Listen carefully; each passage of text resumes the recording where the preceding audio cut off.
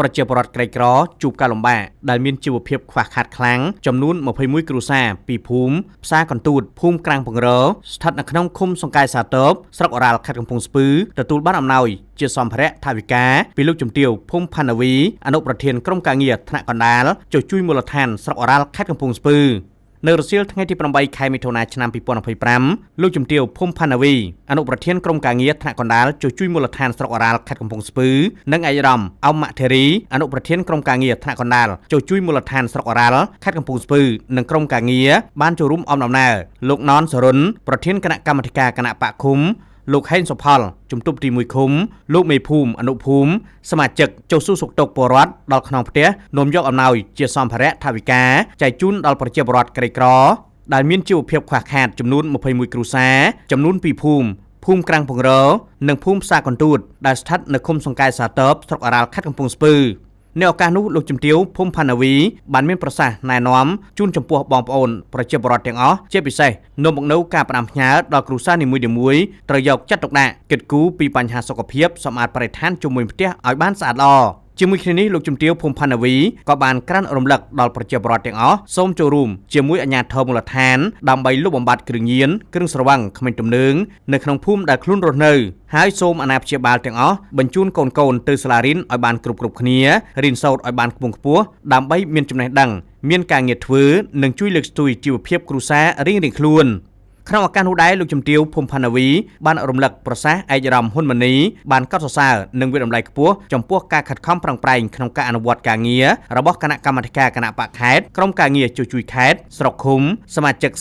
បកទាំងអស់ដែលបានបំពេញតួនាទីភារកិច្ចរបស់ខ្លួនប្រកបដោយការយកចិត្តទុកដាក់និងការទទួលខុសត្រូវខ្ពស់រហូតសម្រេចបាននូវសមិទ្ធផលធំៗជាច្រើនគួរឲ្យកត់សម្គាល់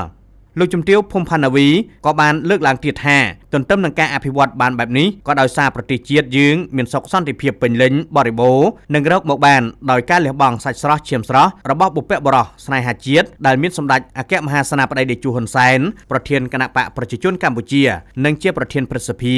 នៃព្រះរាជាណាចក្រកម្ពុជាបានរកមកបានដោយលំបាកយើងទាំងអស់គ្នាត្រូវតែថែរក្សាសុខសន្តិភាពឲ្យខាងតែបានទោះក្នុងតម្លៃណាក៏ដោយលោកជំទាវភូមិផាណាវីបានបន្តថាសូមចងចាំជានិច្ចបណ្ដាំរបស់សម្ដេចមហាបវរធិបតីហ៊ុនម៉ាណែតនាយករដ្ឋមន្ត្រីអាណត្តិទី7នៃព្រះរាជាណាចក្រកម្ពុជារាជរដ្ឋាភិបាលនៅតែកំណត់យកមនុស្សជាអាទិភាពនៅក្នុងការអភិវឌ្ឍរបស់យើងតាំងពីយុទ្ធសាស្ត្រត្រីកោណរហូតដល់យុទ្ធសាស្ត្របញ្ចកោណដំណាក់កាលទី1នេះហើយជាងនេះទៅទៀតសម្ដេចបវរធិបតីនាយករដ្ឋមន្ត្រីបានលើកឡើងពាក្យថាខ្មែរធ្វើបានគឺសំដៅការរួមគ្នាកសាងពីបាតដៃទទេរហូតដល់កម្ពុជាមានឯករាជ្យម្ចាស់ការលើគ្រប់វិស័យទាំងពុទ្ធចក្រនិងអាណាចក្រក្នុងឱកាសនេះលោកជំទាវភូមិផាណាវីនិងឯកឧត្តមអ៊ំម៉ាក់ធេរីក្រុមការងារថ្នាក់កណ្ដាលអនុប្រធានក្រុមការងារចុះមូលដ្ឋានស្រុកអូរ៉ាល់បានចុះតាមក្នុងផ្ទះប្រជាពលរដ្ឋដែលមានជីវភាពខ្វះខាតនិងនាំយកអំណោយជូនប្រជាពលរដ្ឋ21គ្រួសារដែលមួយគ្រួសារទទួលបានអង្ករ25គីឡូក្រាមខៀត1កញ្ចប់ខោអាវ1កំភ្លេ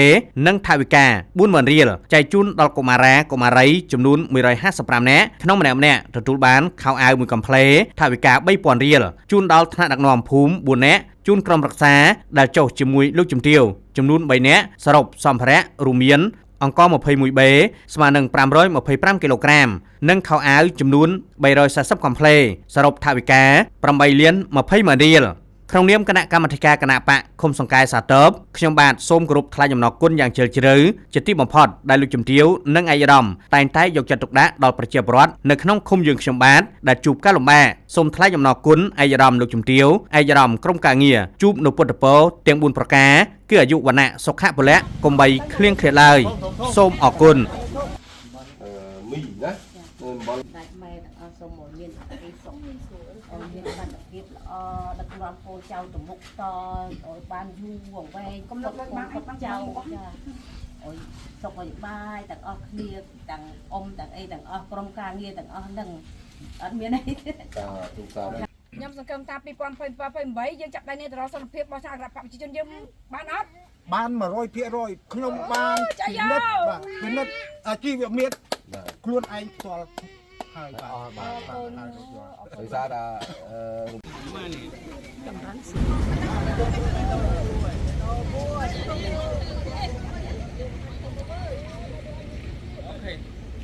ហើយ